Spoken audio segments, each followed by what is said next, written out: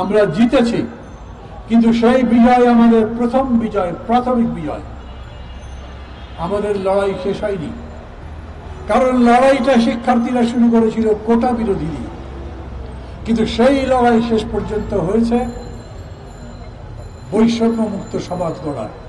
Police ছিল বিদ্রোহের মতো, ভয়ে পালিয়ে গেছিল, সেই পুলিশ বাহিনী আবার নেমেছে।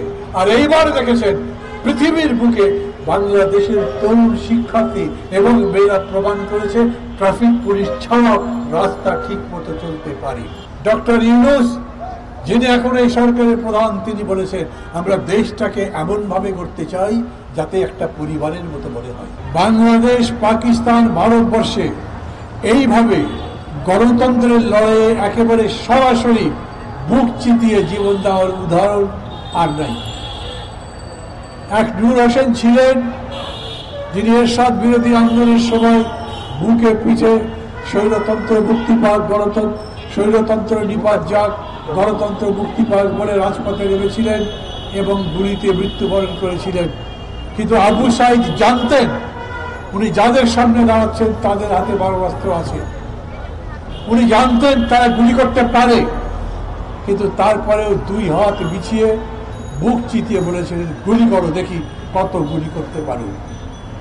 এই একটা দৃশ্য দেখে বাংলার সমস্ত মানুষ মনে করেছে আমরা সবাই আবু সাইদ হব, এবং তাই হয়েছিল।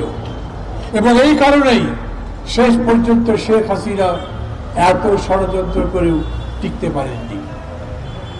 একেবারে শেষ দিন, পদত্যাগের দিন, উনি সামরিক বাহিনী প্রধানকে ডেকেছিলেন, বিমান বাহিনী প্রধানকে ডেকেছিলেন, ডেকে প্রথমে তাদের ধমকেছেন তোমরা অপদার্থ, অথর্ব, কিছু করতে পারো না, এই একটা আন্দোলন দমন করতে পারো না।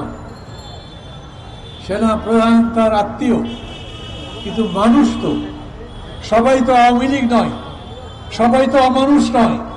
তিনি বলেছিলেন কত মানুষ মারব।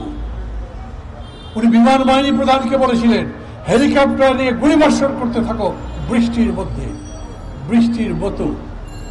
বিমান বাহিনী প্রধান বলেছিলেন কত লোক মরবে, সবাই তো জান দিতে তৈরি, কোটি লোক দাঁড়িয়েছে, মারো, কিন্তু গণতন্ত্র চাই, দেশ বদলাতে চাই। আমরা জিতেছি। আবু সাইদকে শ্রদ্ধা জানাবার সাথে সাথে আমি এই আন্দোলনে যে 400, 500 বা 1000 মানুষ, আমরা ঠিক মতো জানি না, জীবন দান করেছেন, তাদের সবার শহীদী আত্মার প্রতি গভীর শ্রদ্ধা জানাচ্ছি। সাথীরা এবং বন্ধুরা, আমরা জিতেছি। যেই বিজয় আমাদের কাছে আকাশ কুসুম কল্পনা মনে হতো। আমরা জিতেছি যেই বিজয় আমাদের কাছে সম্ভব কিনা জানতাম না। আমরা জিতেছি কারণ সমস্ত পরাজয়কে, জীবন দানকে তুচ্ছ মনে করে এই দেশের শিক্ষার্থী, ছাত্র, শেষ পর্যন্ত শ্রমিক, কর্মচারী, সাধারণ মানুষ নেমেছিল। আমি আবারও বলি, আমরা জিতেছি, কিন্তু সেই বিজয় আমাদের প্রথম বিজয়, প্রাথমিক বিজয়।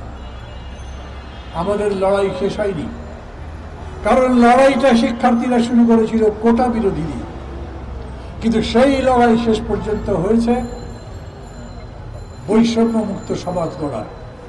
ওরা বলেছে নতুন বাংলাদেশ গড়তে চাই, এমন বাংলাদেশ যাকে দেখে পুরনো বাংলাদেশ চেনা যাবে না, যেই বাংলাদেশে অনাচার, দুর্নীতি, অবিচার, গুম, খুন, ধর্ষণ কোনো ইয়ত্তা ছিল না। এমন একটা দেশ যেখানে প্রাণ ভরে নিঃশ্বাস নেওয়া যাবে, যেখানে বুক ভরে মানুষে মানুষের মধ্যে ভাবের আদান প্রদান করতে পারবে, যেই জায়গায় দাঁড়িয়ে, যেই দেশের মধ্যে দাঁড়িয়ে বলতে পারবো আমি এই দেশের একজন সম্মানিত নাগরিক। এই দেশে একেবারে শুরুতে 5 তারিখের পরে কিছু কুচক্রীবহ লোভী, তারা হিন্দু মুসলমান সবার বাড়িঘর লুটপাট করেছেন, তাদের লেগেছিল, কিন্তু অতি দ্রুত সেই অবস্থা পুনরুদ্ধার করা গেছে। পুলিশ ছিল বিদ্রোহের মতো, ভয়ে পালিয়ে গেছিল, সেই পুলিশ বাহিনী আবার নেমেছে। আর এইবার দেখেছেন পৃথিবীর বুকে বাংলাদেশের তরুণ শিক্ষার্থী এবং মেয়েরা প্রমাণ করেছে ট্রাফিক পুলিশ ছাড়াও রাস্তা ঠিক মতো চলতে পারে। আমরা একটা বিপ্লব তৈরি করছি, আমরা একটা ইতিহাস নির্মাণ করছি, এবং আমরা বলছি এই বাংলাদেশকে বদলে দিয়ে আমরা মহা ইতিহাস রচনা করব, সেই কাজ চলছে। এর জন্য সময় লাগবে, একদিনে হবে না। এই 10-11 দিনের সরকার আমি মনে করি অনেক অসাধারণ কাজ করেছে। বিচার ব্যবস্থায় যে সমস্ত বিচারক বিচারের নামে এত বড় অন্যায় করেছেন তাদের সবগুলোকে পদত্যাগ করে চলে যেতে হয়েছে। একদিনের মধ্যে 4 জন নতুন আপিল বিভাগে বিচারপতি নিয়োগ করা হয়েছে। আপনারা দেখেছেন পুলিশ আবার ডিউটি করতে শুরু করেছে, রাস্তায় আবার ট্রাফিক আসতে শুরু করেছে, স্কুল কলেজ বিশ্ববিদ্যালয়গুলো খুলে দেওয়া হবে সেই ব্যবস্থা করা হচ্ছে। সবাই যাতে আবার বলি বুক ভরে শ্বাস নিতে পারেন, পেট ভরে খেতে পারেন, নিশ্চিন্তে ঘুমাতে পারেন, জীবনের জন্যে, ক্ষুধার জন্যে, অন্ন বস্ত্র শিক্ষা চিকিৎসা বাসস্থান সবকিছুর যাতে গ্যারান্টি করা যায়। জিনিসের দাম কমাতে হবে। একদিনে কমাতে পারবেন? আমি সরকারে নাই, আমি এই সরকারে আছি যে তা নয়, কিন্তু তারপরে আমি বলি এই সরকারের কাজ হলো সেটা। তিনি শুধু নির্বাচন করবেন যেন যেন প্রকারে, তারপরে আগের অবস্থা ফিরবে, এই রকম অবস্থা আমরা চাই না। আমরা চাই এমন একটা নির্বাচন হতে হবে যেই নির্বাচনে সত্যিকার জনগণের শাসন প্রতিষ্ঠা পায়। সময়ের অভাবে বিস্তারিত আমি এখন বলতে পারবো না হয়তো, কিন্তু ধীরে ধীরে এই ব্যবস্থাগুলো আপনারা দেখবেন। ডক্টর ইউনূস যিনি এখন এই সরকারের প্রধান, তিনি বলেছেন আমরা দেশটাকে এমন ভাবে গড়তে চাই যাতে একটা পরিবারের মতো মনে হয়। পরিবার মানে কি? একজন আরেকজনের দায়িত্ব নেয়। বাবা যেমন সন্তানের দায়িত্ব নেয়, সন্তান বড় হলে বাবার দায়িত্ব নেয়, সন্তান বড় হলে ছোট করে বিয়ের ব্যবস্থা করে, পরিবার পরস্পর পরস্পরকে ভালোবাসে। কিন্তু এই পরিবারের মধ্যে যদি একজন ভাই গুন্ডা খুনি রাজধানী করে বেড়ায় তাহলে উনি আমার এই পরিবারে আসতে পারবে না। কেউ যদি মনে করে আমরা সেই যে অতীতের শোক 54 বছর আগেকার শোক নিয়ে আজ আবার দেশের মধ্যে একটা সমস্যা তৈরি করব, আমরা বলবো একজনের শোকের জায়গায় শত শত মানুষের চোখ, শোক, রক্ত এখনো মানুষের সামনে ভাসবে।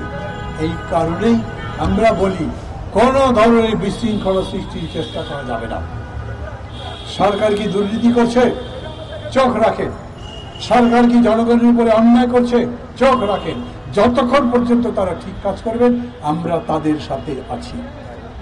সেনাপ্রধান বলেছে, এই সরকার বলেছে, অন্যান্য বুদ্ধিজীবীরা বলেছে, আমরা ওই পরিবর্তনের জন্যই এই অন্তর্বর্তী সরকারকে কাজে লাগিয়েছি।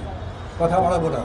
স্বপ্ন দেখেন সেই দেশ, সেই রকম সময় যেখানে সত্যি সত্যি মানুষ সুখী বোধ করে, সেই রকম একটা দেশ যে জায়গাতে প্রত্যেকটা মানুষ মনে করতে পারে এই দেশ আমার, এই দেশে আমি যে আছি এটা আমার গর্ব, এটা আমার অহংকার, এবং এই দেশের মতো সুখী দেশ আর নেই। আমাকে এখন চাকরির জন্য, বেতনের জন্য মধ্যপ্রাচ্যে যাওয়ার চিন্তা করতে হবে না, দেশ ছেড়ে বিদেশে যেতে হবে না। সেই রকম দেশ একদিনে হবে সে কথা বলছি না, কিন্তু সেই দেশের পথে আমরা আমাদের সিঁড়ি নির্মাণ করতে থাকবো। একটা একটা করে সিঁড়ি নির্মাণ করে আমরা সেই উচ্চতায় পৌঁছাবো।